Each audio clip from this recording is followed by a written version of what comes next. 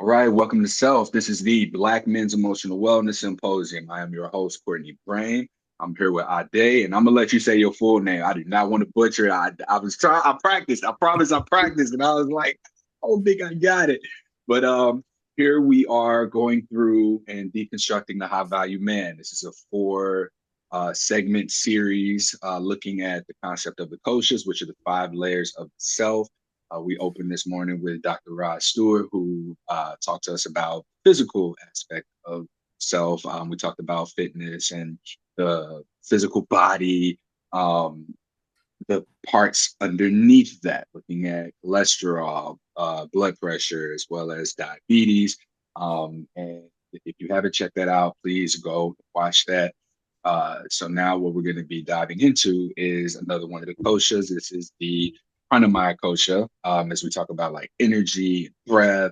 And I thought that it was so fitting that we get someone who is a breathwork practitioner in the building.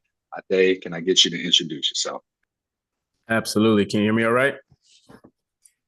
First and foremost, just appreciate the opportunity to jump on here. It's an honor, honestly. Really grateful to be here.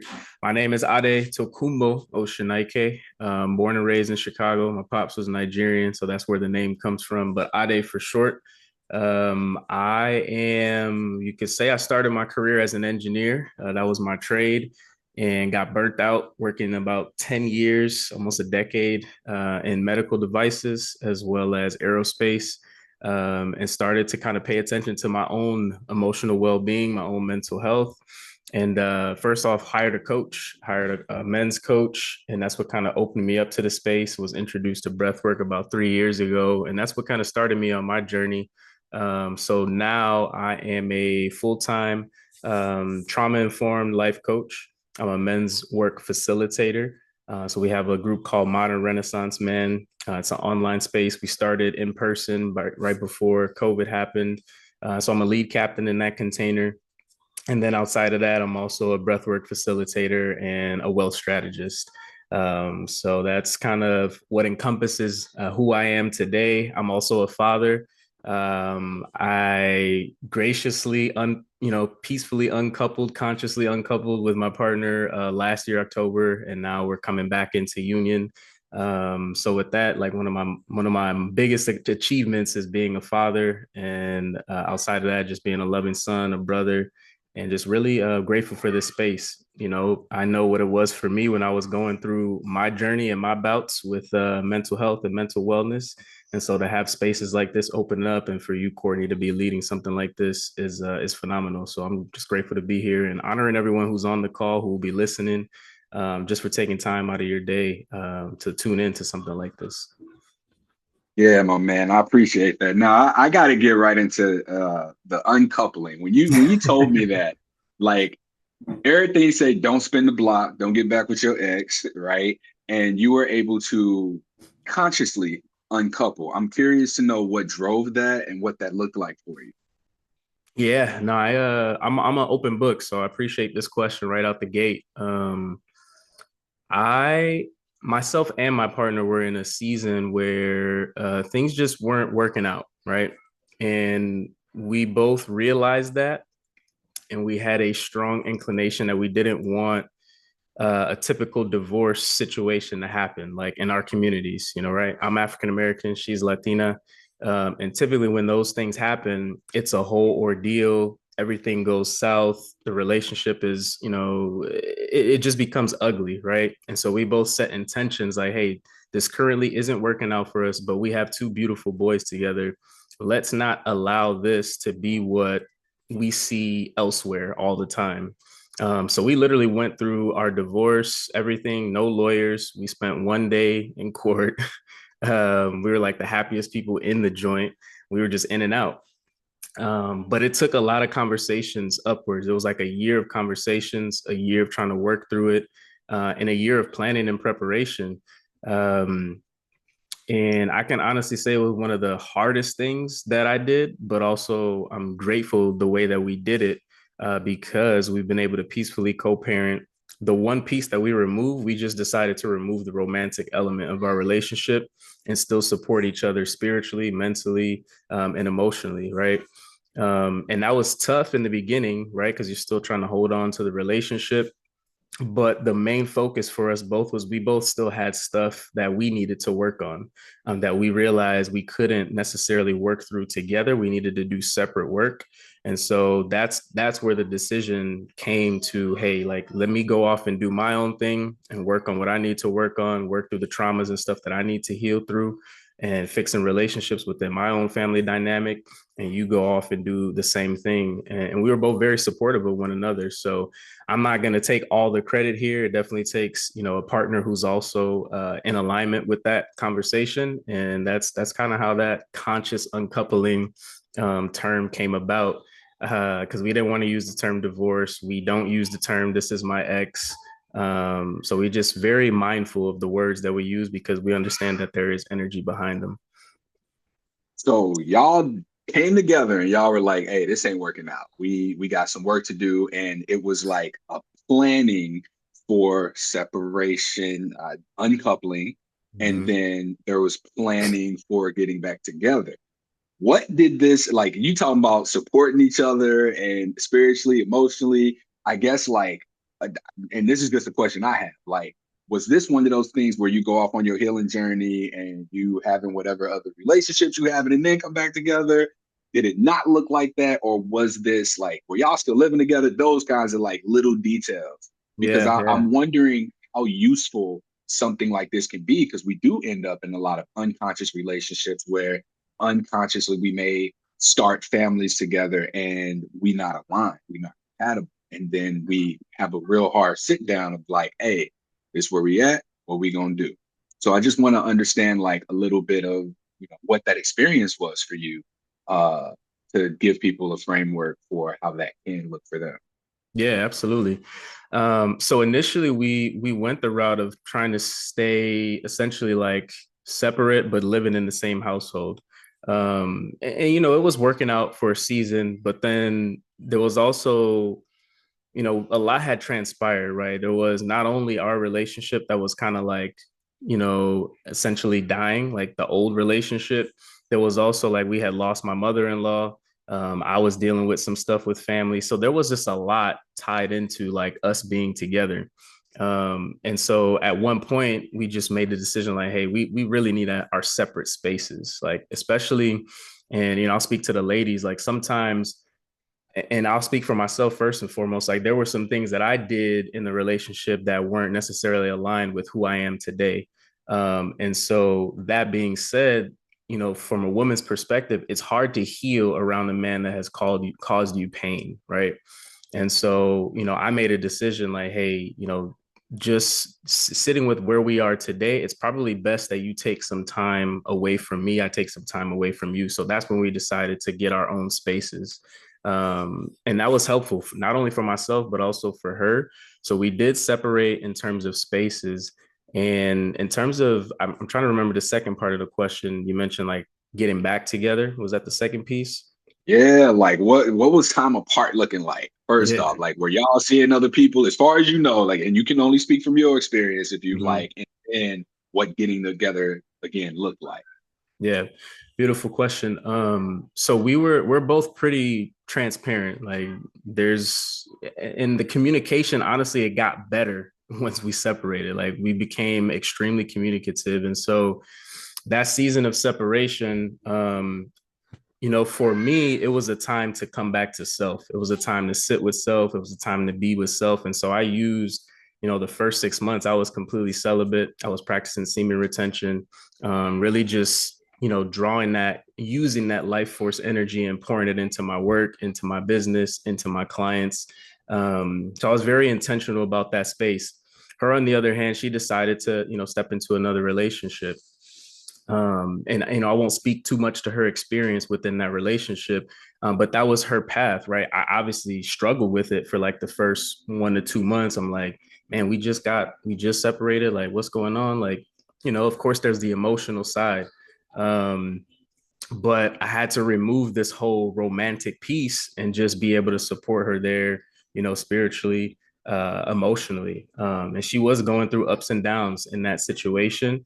And I was just there, honestly, just as a father of my children, but also energetically speaking, like knowing and feeling that there were some things off there. Obviously, it's not my decision, so I didn't speak too much on it, but just off jump, I could already tell like this probably isn't going to be the best situation for you.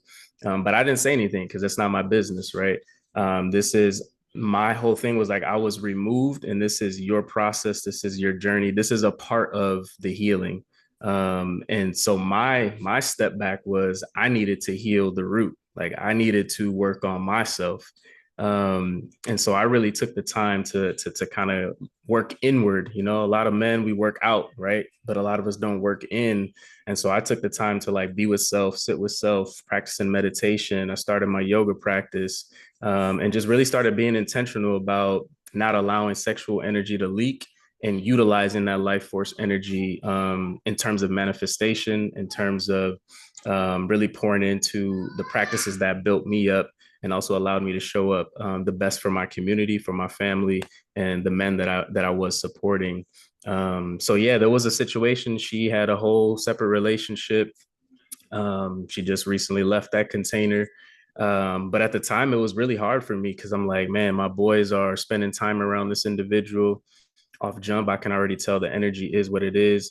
But I still had to show up, you know, as the father of my kids and support, you know, in the ways that I could during that season, and remove the emotional and the romantic piece and that element from it. So that's what that looked like. Not easy, but yeah, definitely worked through it.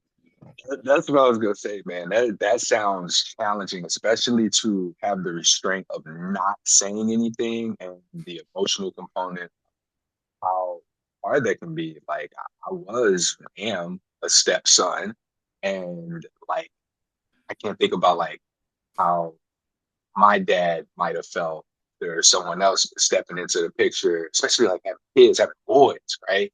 I can't imagine what that may have done to you on the inside. So, uh, thank you for sharing and for speaking to that because that was like at the forefront of my mind, even though I have like deeper questions about it.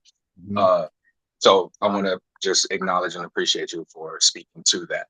And yeah, if Absolutely. there's anything else that you have to say specifically about the uncoupling portion of that and what that process was for Yeah, I'll definitely share one of the hardest things for me throughout the process was, you know, society and, you know, religious beliefs. When you get with someone and you marry someone, you're like, we're locked in forever. And that was like the thing that I struggled with the most was like, you know, this is till death do us part. We need to make this work. We can work through this. We can get through this storm.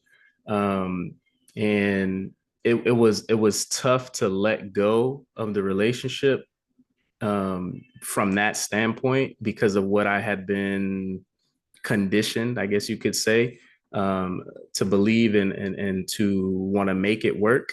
Um, but the most liberating feeling was when we were sitting in the Zoom room because it was all through Zoom at that point. You know, with the judge or whatever the case may be, divorce, whatever. And we were the only two people in that room who were on the call, like, can we get this over with? But not in a sense of like, can this be done? But like, can we be elated and happy? And like, we're sitting here waiting. You know, our last name is Osinaike. So we're like the last of the list. And we're just hearing people, you know, go to bat, you know, arguing with each other, fighting and fussing.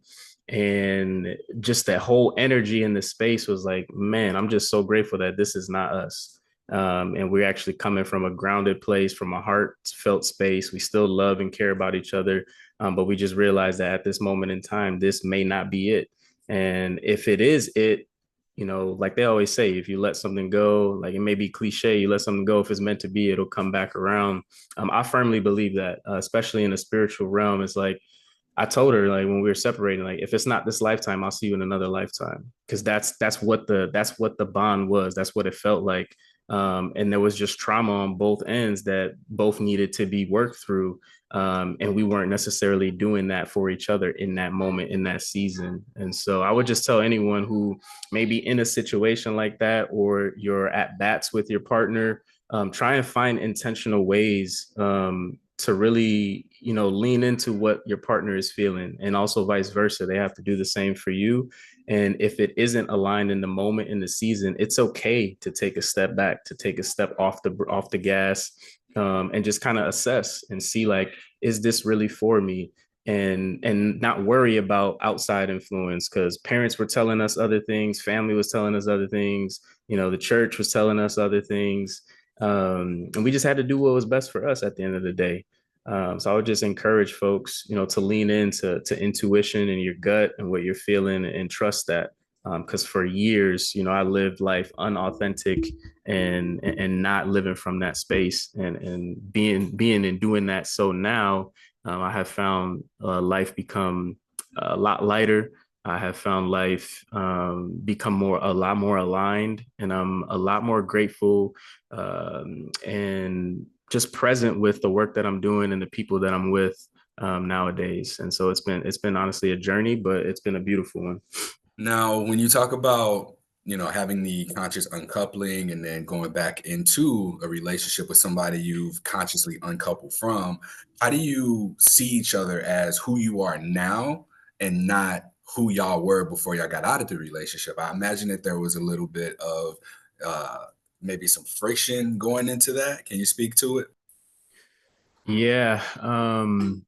So I think just being mindful of, we've always had growth mindsets, and in the space where we were coming back together, there needed to be boundaries set. So I asked her, some of her boundaries up front. I also stated my boundaries, and to what our brother Roderick was saying earlier, that book No More Mr. Nice Guy, that was something that was monumental in my development. There's a ton of other books that I've read in terms of masculinity, and how I began showing up afterwards. But really just set the container for this new relationship and what it would look like. But also, like, had non-negotiables on my end. And so I was just very strategic, and I guess, still sticking to my practices, right? I mentioned to her, like, hey, if we do ever come back into relation, I don't want to dive right back into us being sexually intimate or anything of that sort right away, just because I didn't want that to blur the lines. So I really wanted it to come from a space of, like, we're choosing to be in each other's lives again, not just for the children, but also not just for sexual reasons. And so I think coming from that space, both of us being grounded and really whole within, and also doing the work in terms of, like, the trauma that we hadn't necessarily dealt with on my end, specifically a mother wound and a father wound that I was working through, and then on her end, like, a wound with the masculine in general. Um, just really being able to hear her out and hear her perspective and what she had came from, and her sharing things with me that she didn't necessarily share with me before we began relating, and then projecting, past situations onto, who I was showing up as currently. So that was stuff that we hadn't necessarily talked about before we even began dating. That was 8 years ago.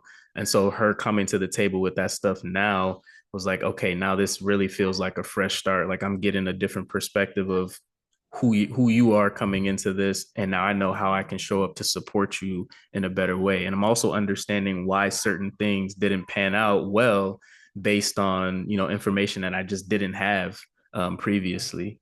um, so yeah, I think just coming at it from a holistic approach and really understanding where each other are in our current journeys, and holding space for one another. Obviously, as the masculine, you try and create the container for her to feel safe and comfortable in, and that's something that I wasn't necessarily doing before we, decided to uncouple. And now having that container and her being able to lean into it, but also her doing the work around her wounds with the masculine to feel comfortable to even, let her walls down, to show some of the sides of herself that she had never shown to any man, really. So again, it was both of us doing the work in those departments to be able to create the container that we have now. Man, that all right. I gotta. There's no staying on topic here because this was. I think there's a lot in what people can learn. Like there's layers of it, right? Just from this story, and my wheels are turning because there's so many things here. Like, did you feel like you changed, or do you feel like you became more of who you are? Do you feel like she changed, or she was able to be more of who she was? Because I think that, especially where we are in life, especially dating, it is so easy to go, this person's not giving me what I need. Let me go on elsewhere. This person did this to me, so now I'm going to change for the next person, which the next person might have been a better fit for me as I was without having to make the change, right? And we looking at this here from that energy perspective. We're talking about, spirituality and the holistic approach being what embodies like more of that inner essence of who we are. And so I would like to just like straight up ask you, man, like, do you feel like there was any external pressure to change, or was there just this inherent like need for change? Like, which of those had more of an influence on you to, I guess, like start this journey?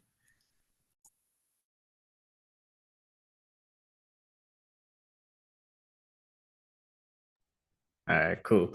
Well, Yeah, you that's better. I'm gonna watch that now because I forgot that I did that. yeah.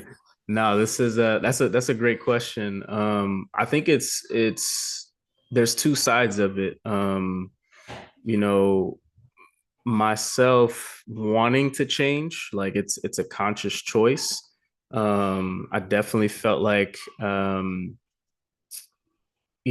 took a long look at like how I was showing up, over the course of our past relationship, how I had showed up in all relationships, really, with my children, with my parents, with my siblings, within community, within workspaces, and then also the relationship, right? So it took me being conscious and aware enough to, want to evaluate those things, but then there was also and I'll relate this to kind of like masculine and feminine dynamics. There was also like, her showing up in the way that she was, and also asking of me certain things that I look back at that I can definitely pinpoint, like, hey, I was not doing these things that would allow any woman to feel comfortable or safe.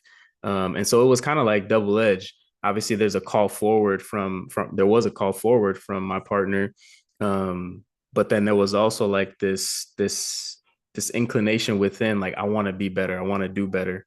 And so I think it's on one end, someone is there's always a time in a especially in a partnership where someone is asking something of you. But I think it's our own decision to make sure that we want to make these changes or not. And also at the same time, not lose ourselves, because that was something that I had definitely done in past relationships and work relationships and family dynamics.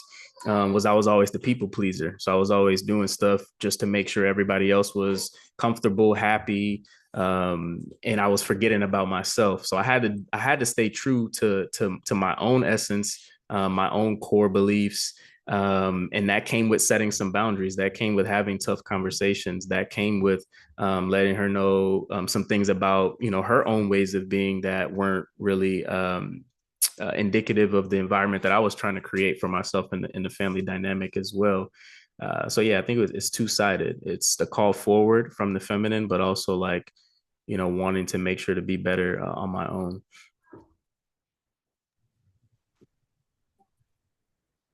You spoke to speaking from your essence, and you talk about doing the work.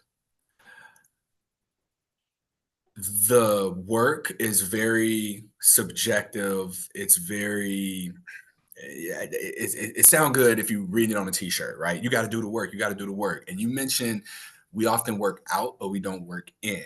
And I'm very big on looking at what polarities or dualities create for us, or what we can interpret from it. Like, we got left, we got right, up, down, and there's gravity, there's direction that's born out of these. So we're talking about here, you know, the that there was a pull towards something more for yourself, and you wanted to do the work. So doing the work, having hard conversations, right? What do you physically do, or what questions are you asking yourself? What type of exploring are you having to go through in order to do what makes the work? Like, what is the work? And then what does it look like to do that in action? Yeah. Another good question. A big component of the work for me was joining a men's group, which may sound cliche, but being a part of a brotherhood that not only gave me a space outside of the relationship to work on some of these things, but also gave me a container where other men were also going through similar things. So I didn't feel like I was by myself. I was on my own.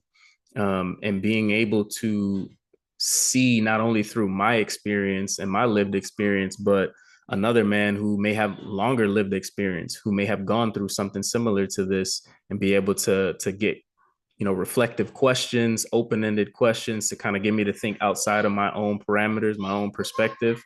Um, and then also in that space, becoming a leader in that space, being able to ask men powerful questions that I had to sit with those same questions and ask myself a lot of those same questions. And so getting in that space, when I think about working in and working out, you know, something that we have done in our men's group is we open up our containers with some type of movement based activity or some type of workout, right? Why? Because it breaks the barriers for most men. It's something that we all can do. We're all competitive by nature. And a lot of times our relation has been going out to get a drink, going to the gym, playing sports, something of that along those lines. But having deep conversations, sharing our emotions, holding each other accountable to goals that we set, like a lot of that is not necessarily done together in those types of containers. And so that was a space that opened up a situation for me where I couldn't hide out anymore. You know, all of my stuff was on the table. We're in here sharing vulnerably and openly. And there were brothers calling me out on my bullshit, like just to keep it 100. And so looking in the mirror, so to speak, you know, not only at myself, but at another brother who's sitting across from me, and really speaking truth, that is what really allowed me to go even a layer deeper. Because it's one thing to have it was one thing for me to have accountability with self and then have a partner to kind of share those things with. But then it's another layer when a brother is saying like, I can kind of see you're being surface level with this. You know, I know that I can feel there's something else deeper there. And it's not just, your partner saying that, right? So you can kind of like, nah, I don't want to have this conversation right now. It's in a men's group where we're holding each other accountable, and showing up consistently for one another on a week to week basis. And so that was a huge container that allowed me to do a lot of that work. But then the other proponent of working in was I had struggled so much with like being like, I'm good with solitude as long as I'm choosing it. I was always good with that. But then like sitting in spaces like meditative, or doing a yoga practice, that also allowed me to work in, to really see and feel energy that was maybe stuck or that I hadn't necessarily processed. Breathwork was another huge piece. My first breathwork session was about 3 years ago. And in that session, every single matriarch of my family showed up, and they were literally like, you're the one, you're the man who needs to tap into his feminine, because majority of your lineage has been hyper masculine, and you really need to heal this section and this relationship with the feminine. And so that has been and was a big piece of the work in that I had to do, was like, I'm not only masculine, I also have this feminine energy about myself and my life. And when I tell you, when I started to do that, it's like life just began to flow. I had always been I needed to do in order to receive. I needed to be this and be that. When you think about high value man, it's like, what am I producing? What am I able to provide? That was always where I lived my life from. When I flipped the script and started to do the work in and reconnect to the feminine energy within, it's now, life is now flowing. Opportunities come, invitations come. And now I'm showing up more authentically as myself and becoming more aligned with the people and spaces that I'm a part of. So I definitely appreciate the opportunity to do so. And I don't think I would be even on this, having this conversation with you if it wasn't for that. Man, I appreciate that. Thank you. Just gratitude, man. Gratitude to you. Because I don't think I'd be like, I think I'm transparent. I don't think I'm this transparent to have been able to talk about, just going from even just the relationship thing. Like it's more, it feels like uh I'm often exposed to very performative vulnerability that's used for the sake of appearing vulnerable to connect with people, ultimately to get something from them, right? And so to be here and to talk about like accountability, going to these men's groups, right? And the women showing up around you telling you, hey, you got to do this work, right? That's not a pretty process, and it's not a commonly talked about process. Um, I want to ask you, because as we talk about breath work, we are often very disconnected from our body. And I guess like I'll have vulnerable moment here. I think we had maybe 6 or 7 people who were here at 9:15 before we got started. And I was like breathing and inviting people to breathe and doing that like visualization and scan. Like I'm catching myself like, damn, am I finna cry on my symposium? Right. As I was just breathing, I've learned that there's so much that shows up to us, for us, in just breathing, right? A lot of us may not recognize that tension. When you talk about working in and how that aligns with breath work, what I envision is, as we consciously, intentionally breathe, do a thing that we just been doing for as long as we've lived without any awareness, intentionality behind it, we start to notice things like maybe there's places that we get stuck. And in yoga philosophy, there's a lot of different things that are symbolic of what that can represent. So when you talk about feeling lighter, when you talk about like the importance of this breath work and having life begin to flow through you, I envision just like as we bring awareness of our breath into our body, there's maybe like some curvatures, there might be some things, some stuckness, some speed bumps. And as we do it more, bringing our awareness there, we can ask ourselves, okay, what is that? Oh, okay, what is this feeling? What does this represent for me? And then we can begin to bring presence into whatever this represents. So this is my explanation of my interpretation of how breath work can bring stuff up. Because they ain't give me a warning about that shit before I got into my yoga teacher training.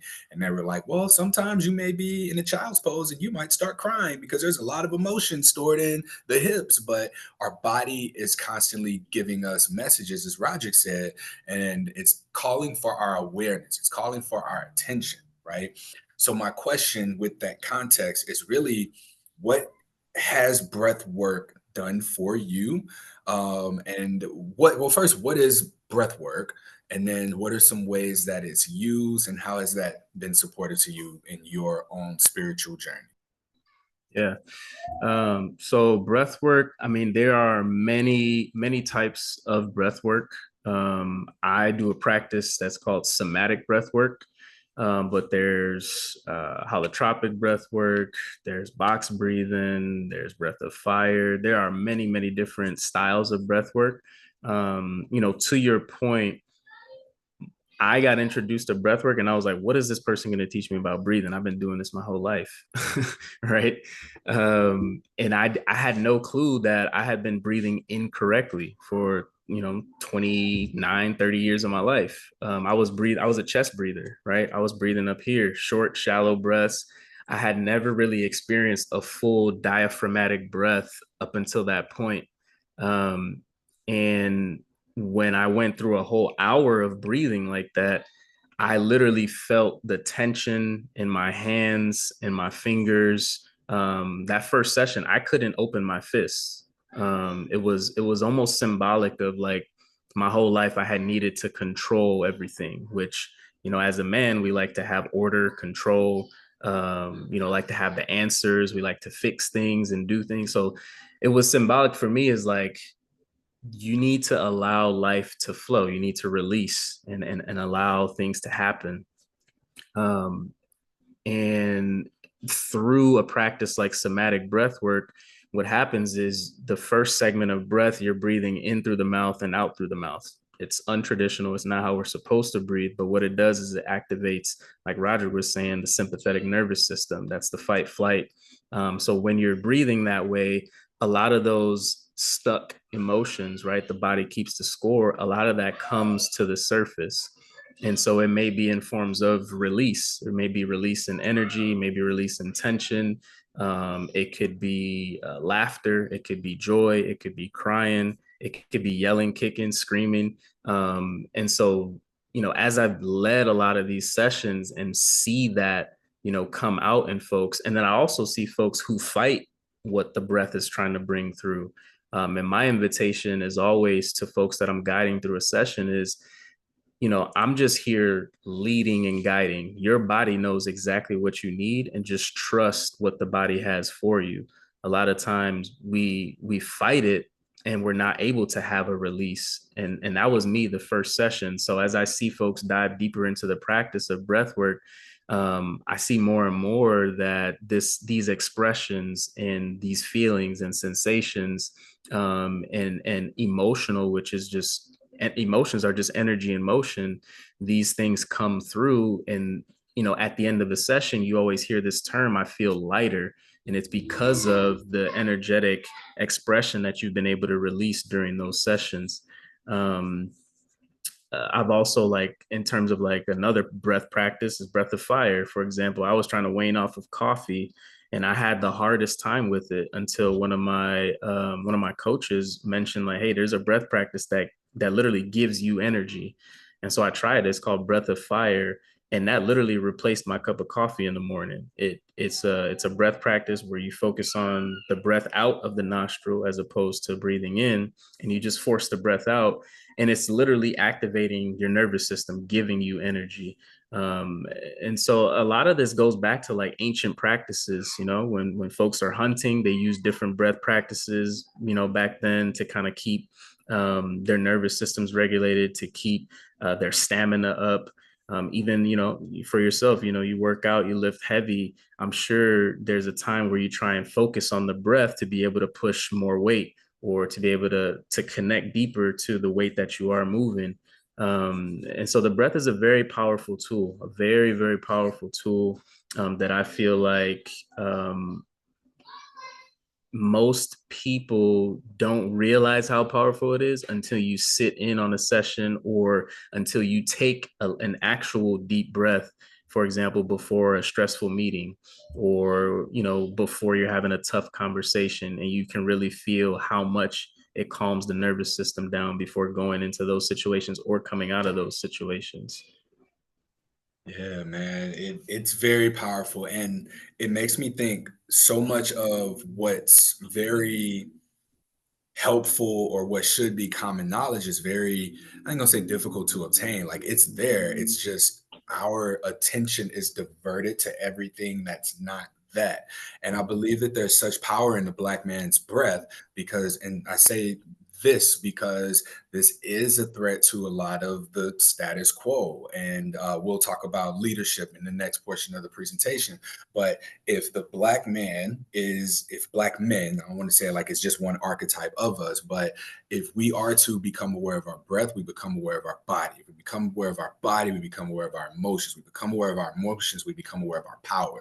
We become aware of our power, we disrupt shit, And I'm seeing that even in as how you speak about consciously entering relationships, right? Like, there is a lot of like, I was raised by a single mom, and there's you mentioned accountability here, breathing, finding community around you, and the accountability.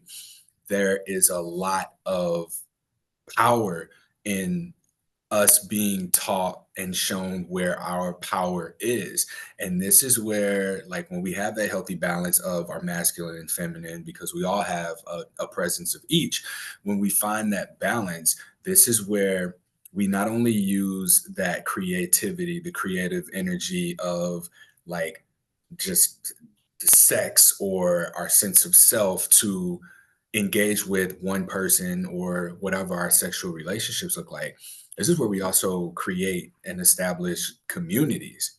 So we begin to build communities. We begin to have people who, or we create civilizations, we create societies, right? And a lot of this is just not common knowledge for us. And we got to go out of our way to get that. So this symposium is one of those pathways of deconstructing what's already out here so prevalent. Like when we talk about the high value man, we don't see the high value man beyond what they do for others around them, beyond what they look like, what possessions they have, what they have to offer. So looking at this from these different angles of fitness, not in terms of muscles, from a breathing practice, spirituality, self-awareness, right? And then transitioning into the other coaches that we're going to go into as well, man. Like, this is some powerful shit, and it makes it much more psychologically accessible to us because the people that we see who do this don't look like us. We're not really advertised to. There's not really much representation in where our attention is diverted to for us to be able to see it and then have an interest in it and then begin to invest in it. So I'm always super appreciative of the messaging, the kinds of people that show up themselves as themselves to come into this little old kind of space here to be able to talk about this kind of stuff, man. So I just want to acknowledge and thank you for this. Absolutely. No, I appreciate this space. I appreciate everyone being on here and also just the community that you've already built, you know, folks who are tuned in, tapped in. Um, you know, a lot of the stuff I had to, like you said, I had to discover it through, you know, being told or shown. It wasn't necessarily something that, you know, men in my family talked about. And then also I also want to touch on this piece, you know, as it relates to how we relate to our partners, feminine or masculine. You know, the breath is something that literally create, like, you can literally breathe and someone else can feel safer and seen just by the depth of your breath. And so even like when we talk about a sexual context, breath is so powerful even in that context. You know, as I've been practicing semen retention, the breath is such a powerful tool as it relates to how we relate to someone sexually, and also how we, you know, create a safe container. You know, for example, like when I'm having those hard conversations, I'm breathing deeper than I normally do to create a safety and awareness around whoever I'm having this conversation with. And it is recognized, it is felt. It also helps people to dive deeper into their own breath and realize, like, man, he is present. Like, I need to be present. So the breath is a very, very powerful tool. It's a part of my spiritual practice. I use a breathwork practice every single morning to drop into meditation. Nowadays I'm doing it while I'm in the sauna, so that's, you know, even another heightened level of just connection to the body. But I'm just grateful that this is even online and folks are even aware of it, tuning into it. I feel like in our communities, it's very beneficial. Like, as I have practiced breath and led folks through these journeys, and just hearing the reflections, and I'll highlight on the feminine here, just because of the work that I've done around my relationship with the feminine. Hearing reflections from women say that, you know, I didn't know what to expect coming to a session like this led by a man. And over the last, you know, 4 or 5 months, every month I've led an all women's breath practice, and hearing the reflections afterwards, just like what they were able to work through because it was led by a man and because of what they've experienced traumatically from men in the past, has been just like a catalyst to me wanting to continue this work, to continue to do this. because the reflections are powerful. It's like some of these ladies are sharing experiences that happened when they were, in their childhood years, and just being able to have another man hold a space and them feel safe. They're like, wow, this has opened up something for me that I need to go and talk to my partner about. This has opened up something to me that I need to maybe go have a conversation with who I experienced this trauma with, now that I feel safe and that I know there are other men who are creating, this type of safety. And so I'm just honored and grateful to be walking this walk, to be aligned with brothers like yourself who are having these discussions, like our brother Roderick and the other men who are going to be on this symposium. And then also just grateful for women supporting us in this, right? Women have been carrying this torch of spiritual work for the last 500 years, and us men are finally online for the last 40 or 50. And so it's just nice to have support from women who see us, who honor us, and who are, looking to work with us. Because I'm a firm believer that men's work and women's work need separate spaces. But I think in today's collective, with where we are, especially with everything that's happening in the world, it's about time to start to bridge and bring those worlds together, especially in our communities, Black and Brown communities, so that we can do what we need to do to take care of ourselves, because we can't rely on these other systems that are in place. Exactly, man. So we got a little robbed on our time. We won't give that energy, but I'll everyone who's tuning in late or who's coming back in because of the little snafu we had earlier. I am recording these. I'll edit that, merge it together, and I'll find a way for everybody to be able to get this. But I do want to continue conversations with you. We'll talk about what that'll look like in the future. But thank you for coming on and sharing as much as you have. I was going to actually ask you about the facilitation of spaces, but you already elaborated on how, a lot of women have been doing this work for us, especially. So closing that out, like, I think it's very important to acknowledge that, yeah, like, women have been doing the work, this emotional work, that is ours. And I'm seeing that more of a presence from people like you having these kinds of conversations, the platforms, the openness to being in space with people who might think differently. Like, we have to be able to be in spaces with people who maybe don't share our beliefs, that maybe do say things in ways that they aren't said, but maybe need to be said, but also might be activating to someone. So, yeah, this is all very much a part of this collective healing that is to come. So appreciate you, man. And I'll want to wrap up and just leave you with, if there's anything else that you want to share, any comments that you want to make, and then make sure to tell people how they can connect with you. I forgot to do that for Roger. Yeah. No, I mean, we talked about a lot here. I really appreciate this space. Number one, for having me on, but also for you creating this type of container. Um, I would just recommend anyone who's listening, just to continue to lean into the work. And the work is different for all of us, right? We all have different. Every human has something traumatic that has happened to them in some context. And I know for me, for 30 years of my life, I ran from my shadow self. I ran from, the stuff that I needed to heal. But I think when we decide and make that decision to lean in, to really go there and have these tough conversations, and also sit with self, and work on our inner practices, so many things open it up. Conversations open up, doors open up. Um, Relationships flourish and thrive, I think, on a deeper and higher level. I mean, there's so much more that I could say, but I know we got more conversations to have in the future here. But with that being said, y'all can find me on Instagram, is where I'm mainly at. My IG name is OBA period TOKUNBO, so Oba Tokumbo. I do follow Sydney. There's the post and the flyer. I don't know why I'm shadow banned. I like to share some stuff that may ruffle the feathers. So you may need to find me. You may not be able to find me just by searching me directly. I'll drop it in the chat. But if you follow Courtney, feel free to find me on the flyer, and we'll go from there. But again, I appreciate everyone here. I'm looking and reading the reflections here. Thank you all. And I look forward to being back and having further conversations. Thanks, my man.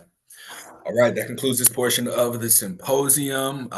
We are going to go ahead and transition into a word from one of our supporters.